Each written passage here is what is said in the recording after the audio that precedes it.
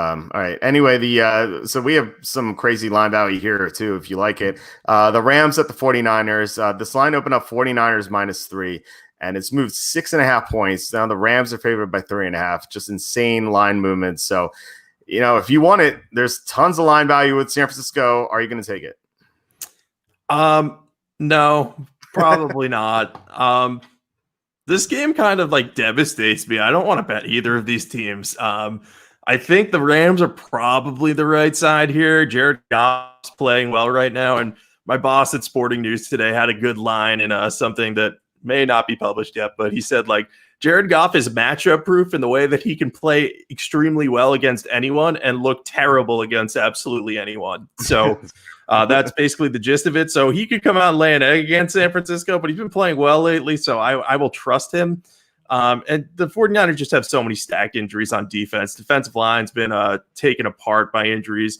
Cornerbacks, too. That was one of the big reasons we liked Miami, was because they had, I think, 2 or 3 of their top 4 cornerbacks were out, San Francisco. And that just made it easy for Fitzpatrick to throw for 350 yards and 3 touchdowns on them.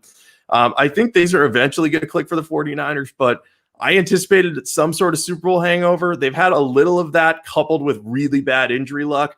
And, Jimmy G looked horrible last week, and it looked like he was still hurt.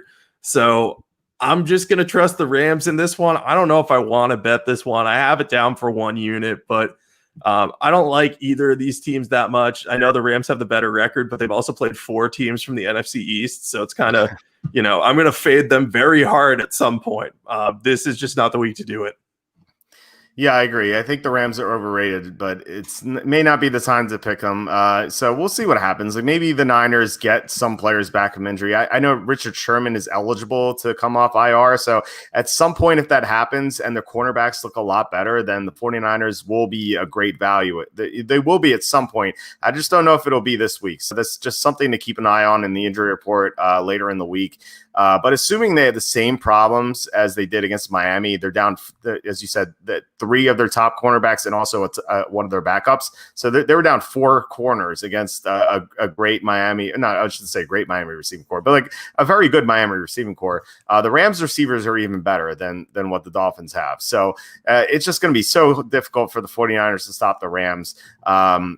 Especially with their pass rushers out, like they can't generate a pass rush. And they can't block either. And then you have Jimmy Garoppolo just playing so poorly. I assume he's going to be better. Like he can only be better than he was last week. But he just looked off. He didn't look healthy. I don't know why they even played him last week. They should have saved him for this week.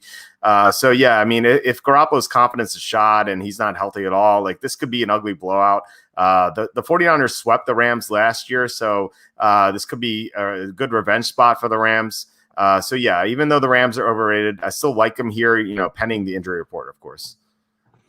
Yeah, I think they're just the right side. It's just so hard to bet the 49ers, but like you said, they're going to be a good value in the future. If I were the 49ers too, I would just start CJ Beathard until Garoppolo is healthy, because he's looked good in relief the past couple of weeks.